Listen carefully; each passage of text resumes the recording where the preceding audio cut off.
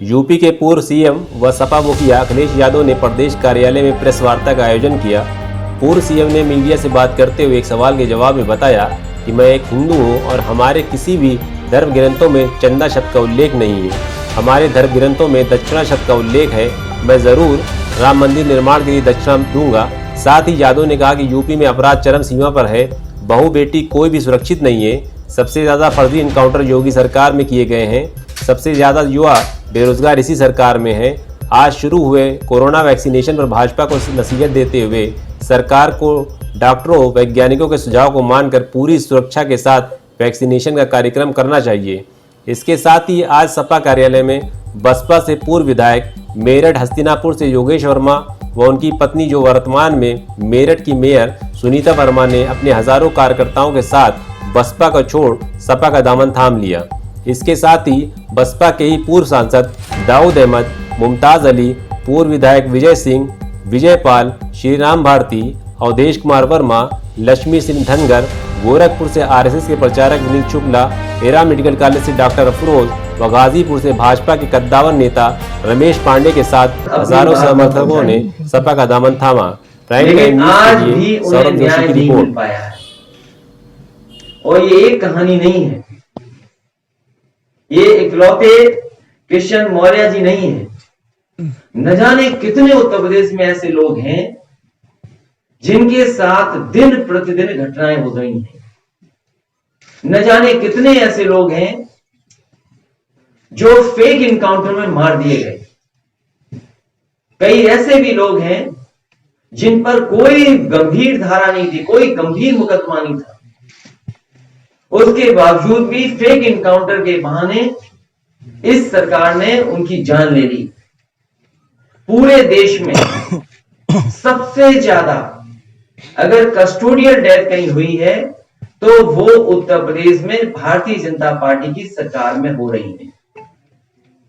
सबसे ज्यादा अगर कहीं झूठे मुकदमे लिखे जा रहे हैं वो भी भारतीय जनता पार्टी की सरकार में लिखे जा रहे हैं। सबसे ज्यादा माताओं बहनों पर अगर कहीं घटनाएं घट रही हैं वो उत्तर प्रदेश में भारतीय जनता पार्टी की सरकार में हो रहा है। नेशनल ह्यूमन राइट कमीशन, जिस पर न केवल हमको बल्कि बहुत लोगों को भरोसा है, सबसे ज्यादा नोटिस अगर किसी सरकार को मिली है तो भारतीय जनता पार्टी की सरकार को नोटिस दी गई है। और यहां तक कहा गया है कि जो फेक इनकाउंटर हुए हैं उनके परिवारों को मुआवजा दिया जाए। इधर जब अखबार पढ़ते हैं, उठाते हैं, न केवल आम जनता लोगों के साथ ही अन्याय हो रहा है, पुलिस के लोग पुलिस पर अन्याय कर रहे हैं। पुलिस के लोग, पुलिस की जो कांस्टेबल्स हैं, महिला कांस्टेबल्स हैं, उन तक पे अन्याय हो रहा है। किसान दुखी है, परेशान है। इतने झूठे मुकदमे किसान आंदोलन पर किसी पार्टी के नेता कार्यकर्ताओं पे नहीं लगे होंगे जितने समाजवादी पार्टी के नेता और कार्यकर्ता। मैं आपसे सहमत हूं, आप वरिष्ठ पत्रकार हैं।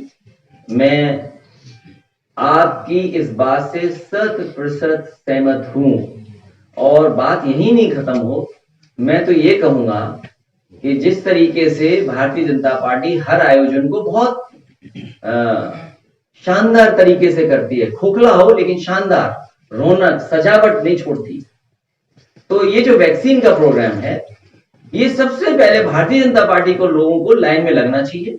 जिस तरीके से ताली थाली बजी थी उसी तरीके से सब लोग आगे आए और लगवाएं। और 1 साल बाद समाजवादी पार्टी की सरकार बनेगी, हम सब लोग फ्री लगवाएंगे। अखिलेश जी, प्रधानमंत्री जी ने आज कहा है कि दुनिया में सबसे सस्ती वैक्सीन हमने बनाई है, दुनिया में और भी ज्यादा रेट्स हैं, हमारे सबसे कम है। दुनिया में सबसे गरीब कोई देश है तो भारत है।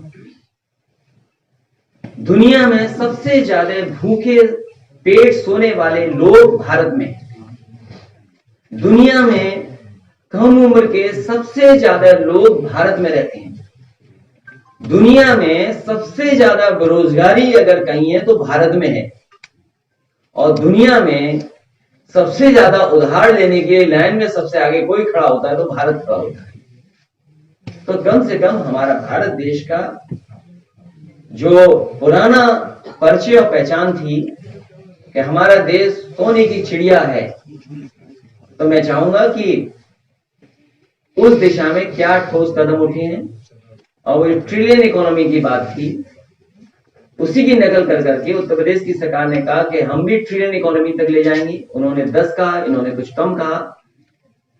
तो मैं ये जानना चाहता हूं, कोविड में सबका वेतन काट लिया, वो किसी व्यक्ति का बचा नहीं होगा जिसके